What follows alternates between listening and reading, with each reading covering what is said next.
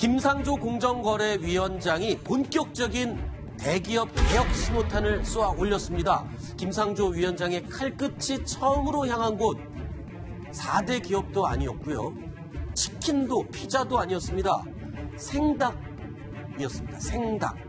자, 공정위가 첫 대기업 이 조사 대상으로 하림그룹을 골랐는데요.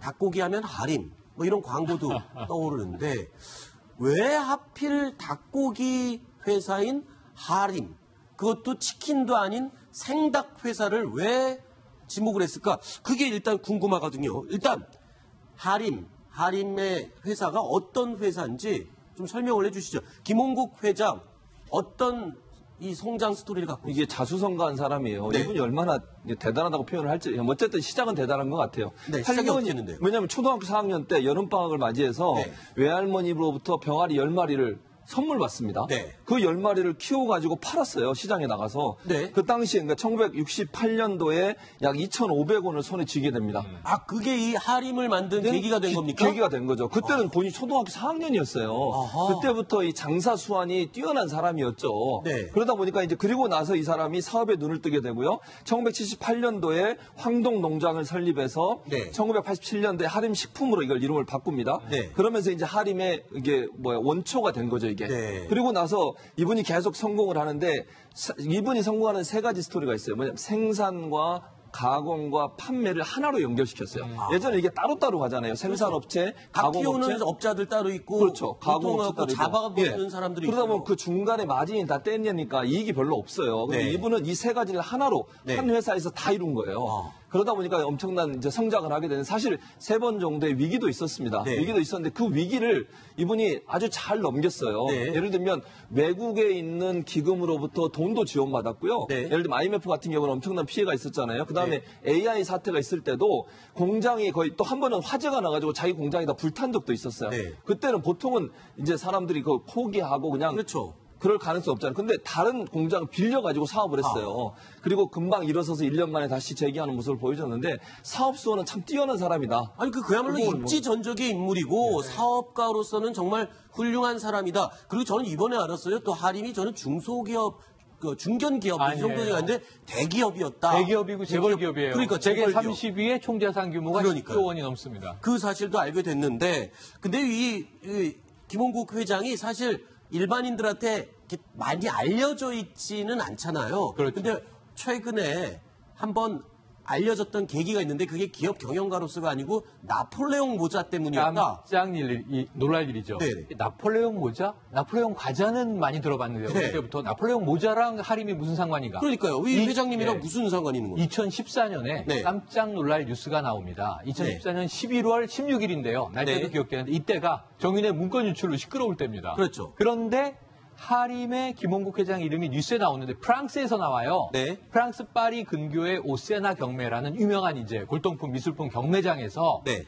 나폴레옹의 이각으로 만들어져 있는 유명한 모자 아시죠? 아, 이각 모자. 네, 이각 예, 예. 모자. 나폴레옹이 썼던 저기요, 모자인데 화면에 보이는 저 모자가 예, 나폴레옹이 썼던 모자잖아요. 저 모자예요. 썼던 모자인데 자기가 썼던 모자를 자신의 수의사에게 네. 말을 타지 않습니까? 선물로 줍니다. 네. 그런데 저게 1926년부터 모나코 왕실이 가지고 있다가 네. 경매에 나왔는데 그거를 2014년에 낙찰이 됐어요. 네. 188만 유로. 네. 저 모자가 26억 원짜리입니다. 아하. 근데 원래는 저게 한 4, 5억 정도에 팔리겠다라고 예상가가 형성돼 있었는데 훨씬 비싼 돈으로 팔린 거예요. 그렇죠. 그런데 그걸 산 사람이 김홍국이라는 한국 사람이에요. 하림의 김홍국 회장. 하림의 김홍국 회장이 저 모자를 사면서 왜 샀냐? 네. 나폴레옹의 표어가 뭡니까? 불가능은 없다. 네. 그 정신을 내가 좀 배우려고 저 모자를 샀다. 50억을 주고라도 살 생각이었다. 반값에 샀으니까 난 싸게 산 거다. 네. 저게 판교에 전시가 됩니다. 네. 그래서 얼마나 부자면 나폴레옹 모자를 26억 원에 사오지 하고 유명해졌죠. 네. 기업 경영인인데 오히려 나폴레옹 모자를 낙찰받아갖고 더 유명해졌던 김홍국 회장. 자, 이제 본격적으로 왜 김상조 공정거래위원장이 칼끝을 향했는지 그 이유를 하나씩 살펴보겠습니다. 자, 10조짜리의 기업을 아들한테 주는데 단 100억 원의 돈만 썼다. 글쎄요, 이게 무슨 말일까요? 김상조 공정거래위원장의 목소리 먼저 들어보겠습니다. 공정거래위원장으로서 저는 최대한의 인내심을 가지고 기업인들의 자발적인 변화를 기다리겠습니다. 그 과정에서 충실히 대화하겠습니다.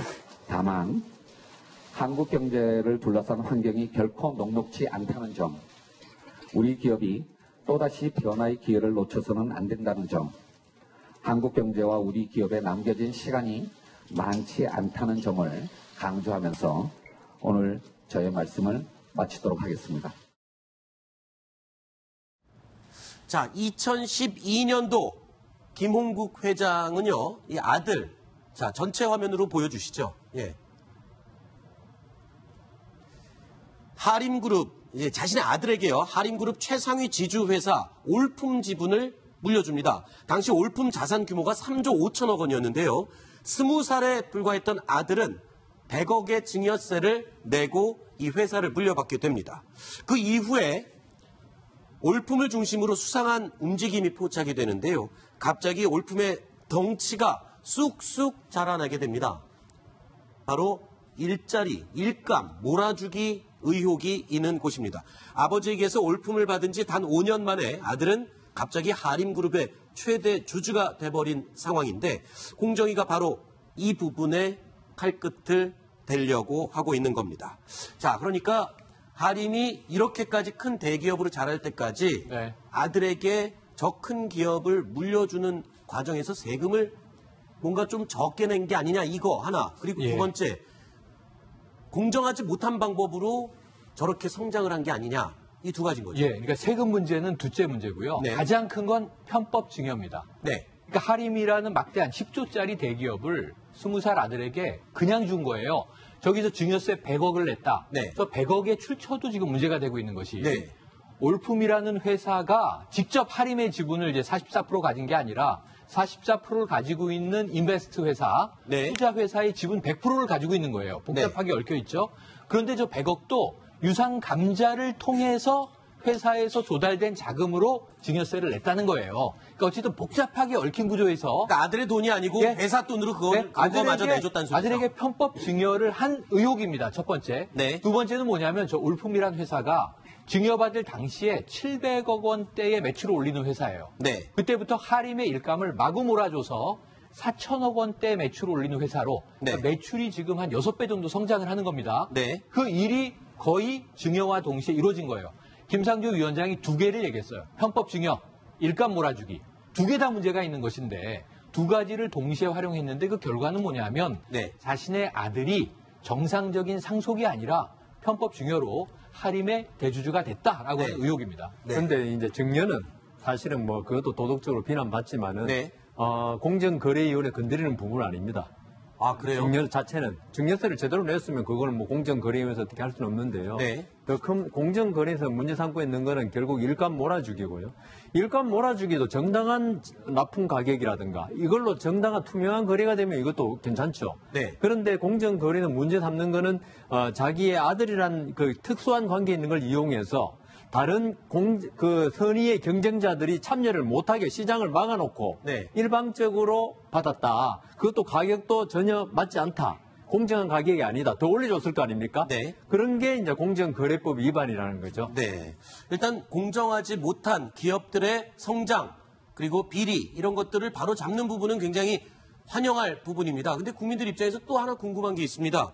이게요. 하필 닭고기 회사 대기업을 지금 공정거래위원회가 칼을 댔잖아요.